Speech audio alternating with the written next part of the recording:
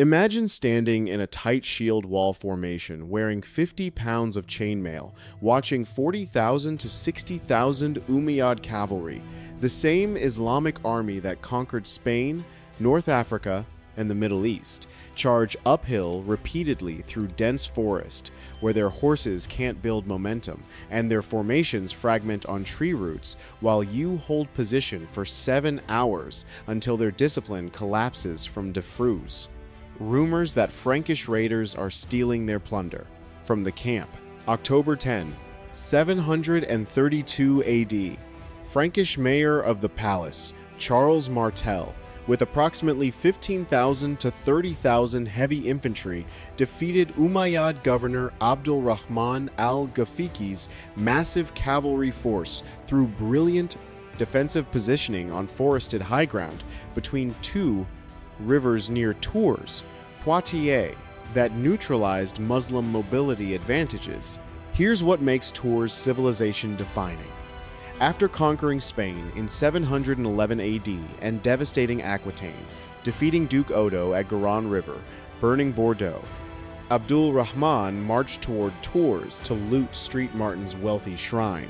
Charles, who had controversially confiscated church lands to fund professional infantry equipped with chainmail and trained in tight phalanx formations, positioned forces on a wooded hill. For 7 days, the armies faced each other in psychological standoff, Charles refusing provocations to leave high ground, Abdul-Rahman reluctant to attack uphill into forests. On October 10th, Abdul-Rahman attacked. Frankish infantry in shoulder-to-shoulder shield walls held against repeated cavalry charges that fragmented in the forest terrain. During prolonged battle, Charles sent detachment to raid Muslim camp and free prisoners, spreading rumors through Muslim ranks that their loot was being stolen. Discipline collapsed as thousands abandoned battle to protect plunder. Abdul-Rahman was killed attempting to rally fleeing troops.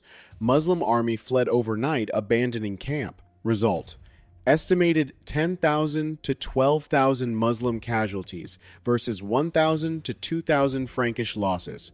The victory permanently halted Islamic expansion into Western Europe, preserved Western Christian civilization, strengthened Carolingian dynasty that would produce Charlemagne. To understand why the Battle of Tours became one of history's most civilization-defining moments that determined whether Western Europe would remain Christian or become Islamic, you need to understand the context of Umayyad expansion by 732 AD.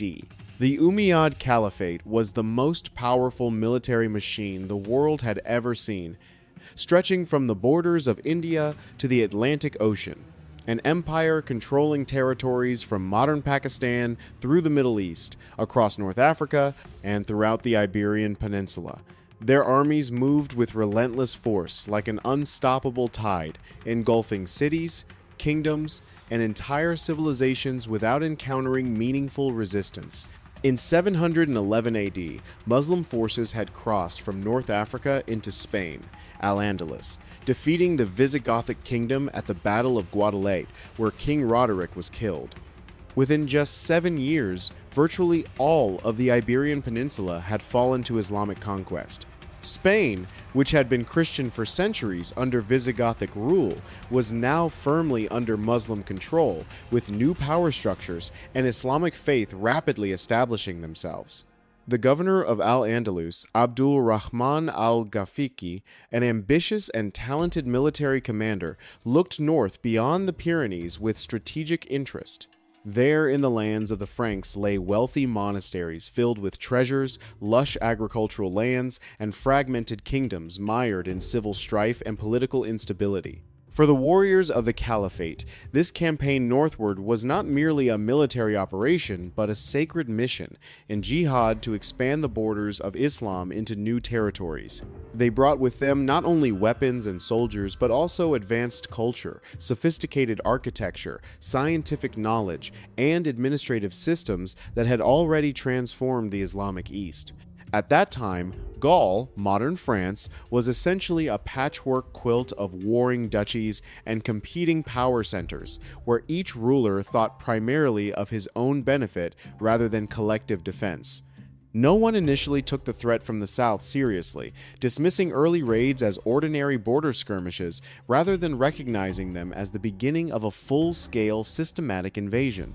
The invasion army, assembled by Abdul Rahman, was massive by 8th century standards, estimated at 40,000 to 60,000 soldiers consisting of heavy cavalry, armored horsemen, light cavalry mounted archers, and scouts, and supporting infantry.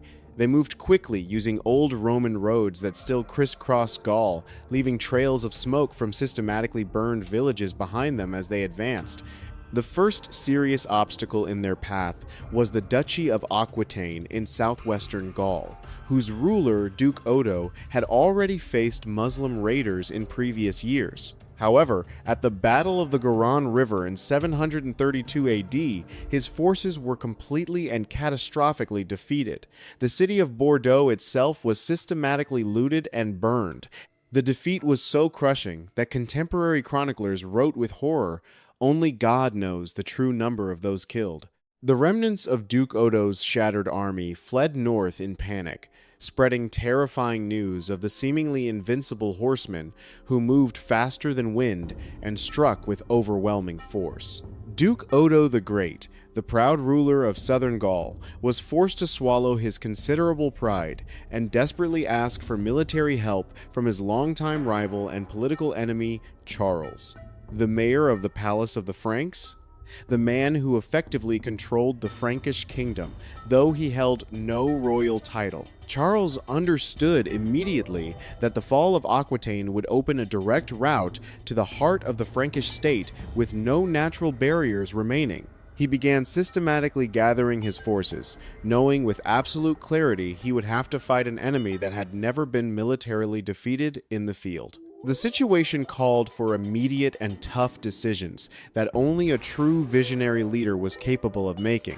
Charles was acutely aware that his militia, composed primarily of peasant conscripts with minimal training, would never be able to withstand the caliphate's professional cavalry in conventional open battle on flat ground.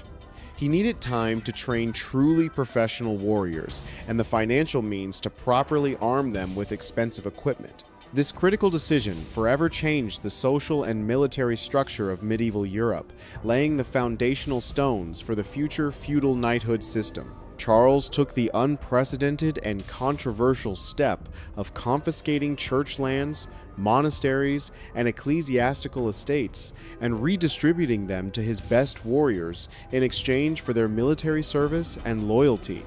This caused tremendous outrage among the clergy who saw it as theft from God, but it allowed Charles to create a corps of professional heavy infantry capable of withstanding sustained combat. Each warrior equipped through this system had to possess chainmail armor, hauberks weighing 40 to 50 pounds, an iron helmet, a large wooden shield reinforced with iron, and had to be extensively trained to fight in close, disciplined phalanx formations. Thus, a revolutionary new type of army was born, specifically tailored for one critical task: to stop the Islamic invasion through defensive warfare rather than mobile cavalry tactics.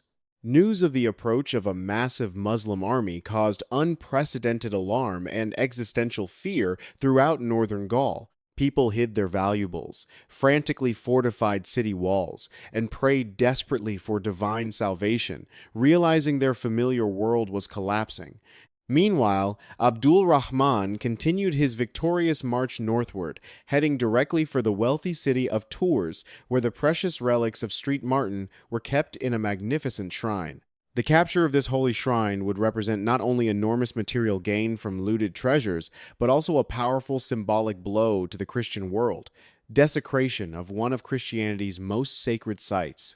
The meeting of two fundamentally opposed civilizations was inevitable, and the location of this meeting would be determined by the road network between Poitiers and Tours. Charles advanced cautiously toward the enemy, but did not rush recklessly into battle, carefully choosing his defensive position with strategic precision. He knew with cold clarity that not only his life, but the fate of the entire European continent depended on the tactical outcome of this single battle. The stakes were impossibly high, and the Frankish leader simply could not afford to make any strategic mistake. Charles, nicknamed Martel, the Hammer, was not merely a military leader, but a brilliant strategic thinker who understood how to systematically turn apparent disadvantages into decisive advantages. He understood perfectly that the primary strength of the Muslim army lay in its superior maneuverability and the devastating, crushing power of its heavy cavalry charges. On open plains, the Frankish infantry formations would have been simply swept away and trampled in a matter of minutes by coordinated cavalry attacks. Therefore, Charles made the crucial decision to impose his own rules of engagement on the enemy by choosing a battlefield location where cavalry would lose its overwhelming power. He selected a defensive position on a hill covered with dense forest growth between two rivers, the Claine and Vienne, that naturally protected his flanks from being outflanked. The trees were specifically intended to break up enemy cavalry formations, preventing them from gathering the momentum and speed necessary for devastating ramming attacks. The high ground gave him significant defensive advantage, forcing attackers to expend tremendous energy climbing the slope while under fire. Nature itself became a powerful ally of the Franks, creating a natural fortress without requiring walls or moats. Charles lined up his men in an extremely tight phalanx formation, shoulder to shoulder, shields overlapping, creating a solid wall of wood, iron, and flesh. In the center stood his veterans, the professional warriors he had trained and equipped through confiscated church lands over several years. These were hard men, toughened by constant border conflicts with Germanic tribes and seasoned by years of combat. They knew there was absolutely nowhere to retreat and were psychologically ready to fight to the death, defending their families and lands. Abdul Rahman, approaching the Frankish defensive positions, was unpleasantly surprised to see an organized, disciplined army occupying such an advantageous defensive position rather than the disorganized militia he had expected. He was accustomed to enemies either fleeing at the sight of his banners or making foolish tactical mistakes in panic. Here, however, he saw cold calculation and iron military discipline that gave him serious pause.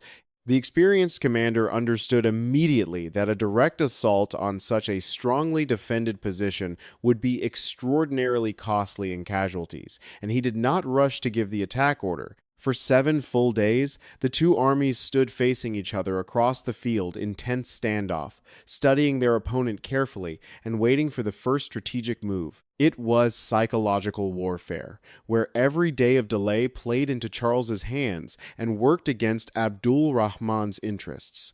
The fact was that it was October, and the weather was growing progressively colder, conditions for which the southern warriors of the Caliphate, accustomed to Mediterranean and Middle Eastern climates, were completely unprepared.